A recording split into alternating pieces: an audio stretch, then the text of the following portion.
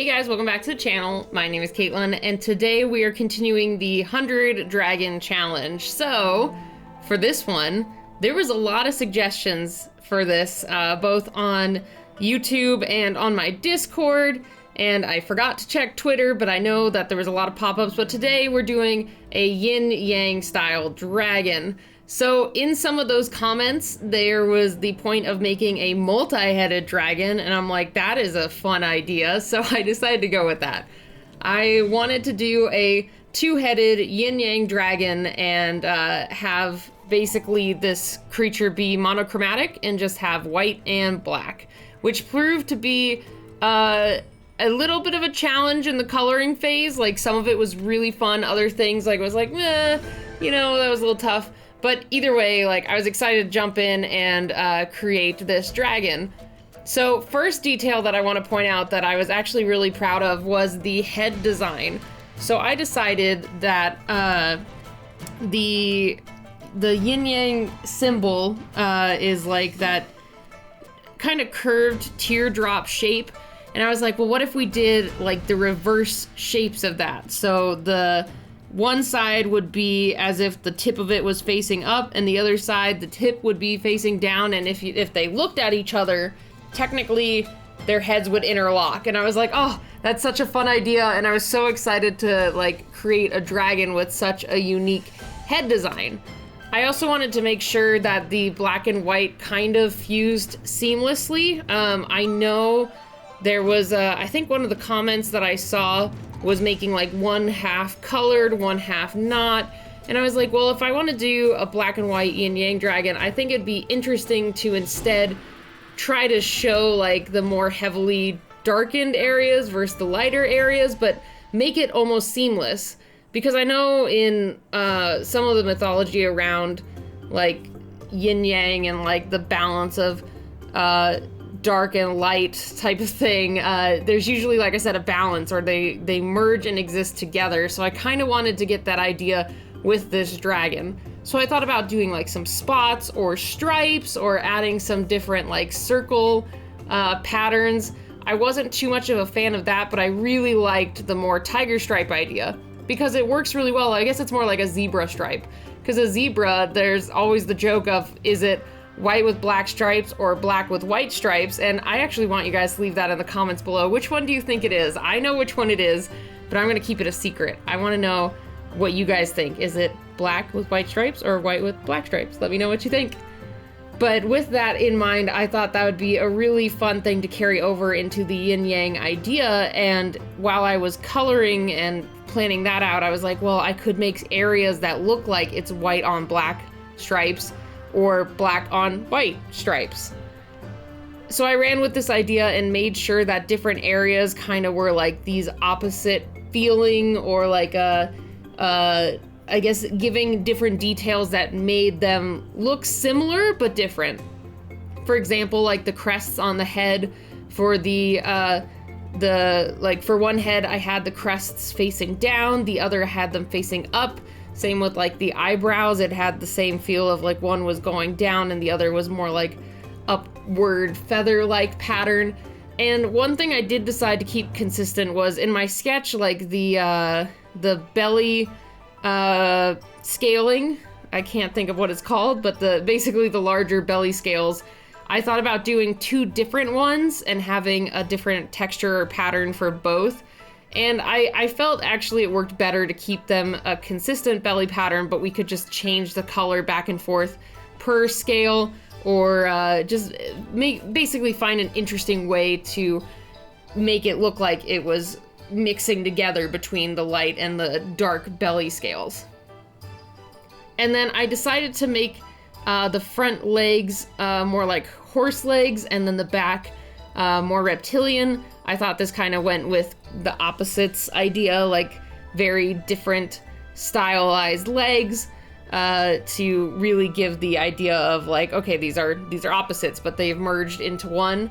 And then I also did a double banded tail because I love that, and it's a part of Japanese mythology with cats. Like if it has two tails, like it's an older, wiser type of cat, and I just like that idea, and I wanted to carry it over into this dragon design as well. So now it's time to jump in and do the colors. So the one thing I struggled with the most with keeping this monochromatic is the whites. So basically all of the grays and blacks I decided to keep in the cooler tones. So all of them are cool grays, which I really love cool grays. Like the more bluish tinted grays are always really nice. But in terms of the shading, I wanted to do more warm grays.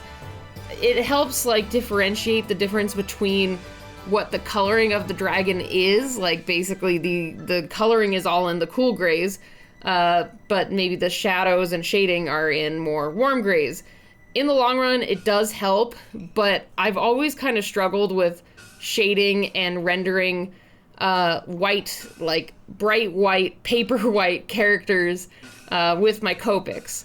One easy way I know that I've been recommended to try is color around the character, so then you obviously know, like, oh yeah, so it's white. It's a white-skinned monster or creature or character. And yeah, I don't want to waste my markers on that. I mean, I guess it's not really a waste. You're making a whole piece with the background, but for these ones, I just want to really show the creature, and it's just literally a creature design concept exercise. And yeah, Copic marker are like, they're expensive to refill, so it's all going to dragons. But I know that's like one way to fix the issue of having trouble seeing a white creature and the rendering behind it. But this dragon was a good exercise in trying to figure out how to make it work, how to make everything pop, and to see like the dimension and the shading, even though this was a very monochromatic, I guess you could call kind of like, it's not plain because we got stripes and so many other like grays and such, but it's very much one note, like grays and darker grays and black and white, and that's it. So adding in that warm gray later on when I do the shading really helps push this. Yeah, like here I'm adding it to the back wing, but adding that warm gray helps really push this to something new and gives it a nice dimension and feel that I don't think I would have got if I just added more cool grays and blacks to the shading.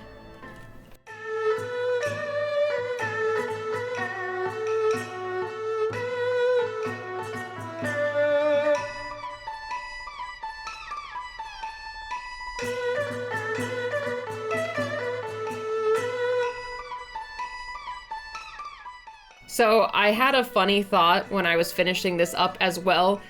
There's another artist on Instagram that a lot of people call her kind of like the darker Lisa Frank. She does much more bloody, intense, I guess, styles of Lisa Frank, or like basically horror characters in Lisa Frank style.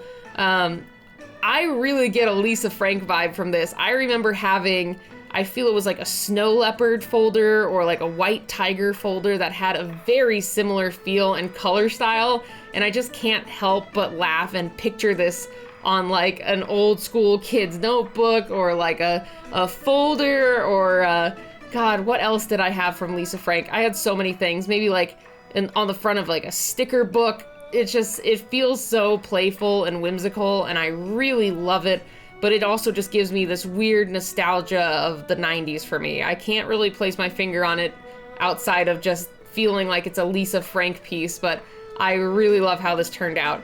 And I can't wait to see what you guys make for your Yin Yang Dragons. There's a lot of open room for this, a lot of room for interpretation. You could do one head, you could do two heads, you could do multiple heads, you could do no head. I don't know, whatever you guys want to do, I'm excited to see. So you guys can submit that on Instagram or Twitter with the hashtag KM100Dragons, but let's go ahead and look at last week's dragons. So your guys' tree dragons were amazing. Like, there was so much variety and like different types of things. Like I saw some more floral ones and like fall dragons and spring dragons. I absolutely loved it, but let's go ahead and jump into the ones selected. So first off, Larktail, I really love yours. It's like such a cute little wood dragon. I like that you incorporated the white snowy owl with the texture and the type of tree that you picked, and just the overall concept is really adorable and really well rendered. Really great job. I don't know if I said really enough times.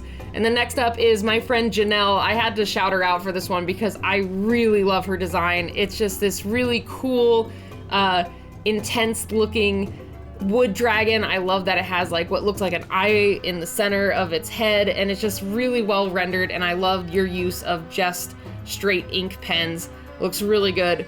Again, all of you guys did amazing. Thank you all so much for your entries. You guys are always so creative, and I love seeing these every week, and it just makes my day to see your guys' ideas coming from my little drawing here on YouTube. So thanks for participating, guys. Again, if you guys want to participate, anything's welcome, digital, traditional, any skill level, please feel free to participate on Twitter or Instagram. And yeah, I hope you guys like this episode.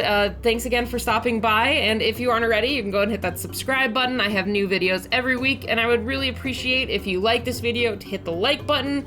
And I've gotten some news recently that people are having trouble seeing me pop up in their description, so make sure to hit that bell icon and get all notifications for when I post my videos. But anyway, thanks again, guys, and I will see you all next time. Bye, everybody.